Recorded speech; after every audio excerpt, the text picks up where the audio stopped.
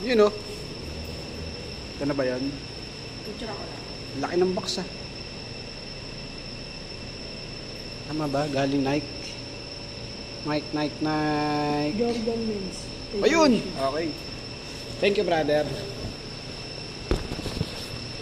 Ito na. Yan! Open it up.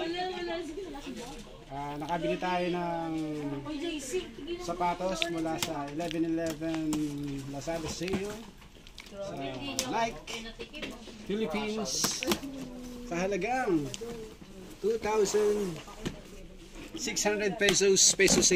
I'll show you the link later kung ano to. At yan.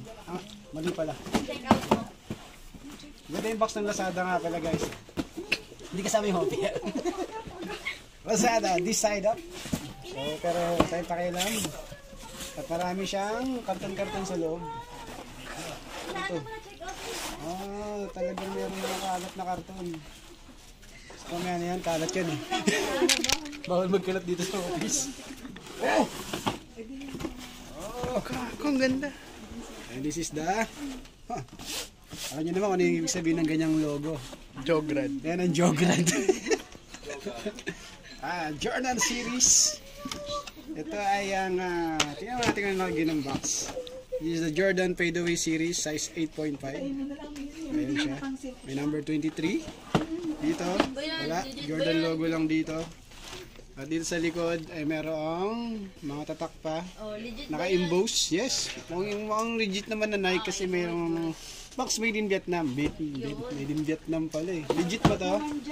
Ayan. So, buksan natin. Ito na yung laman ng box. Of course, puro number 23. Jordan. Ay, gagong. This is the shoes itself. Wow! Ako, Jason, hindi na pala nag-record. Hindi, nag-record.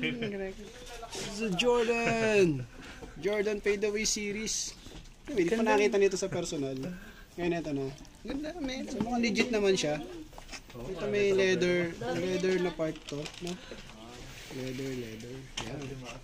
At meron Jordan number 23 dito at Jordan dito. So, ayan siya. Ito yung isa. So, ganun din. Ito yung ilalim. Nike.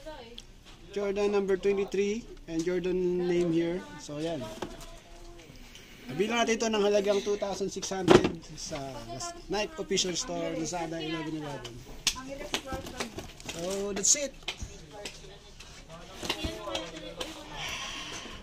Bye-bye!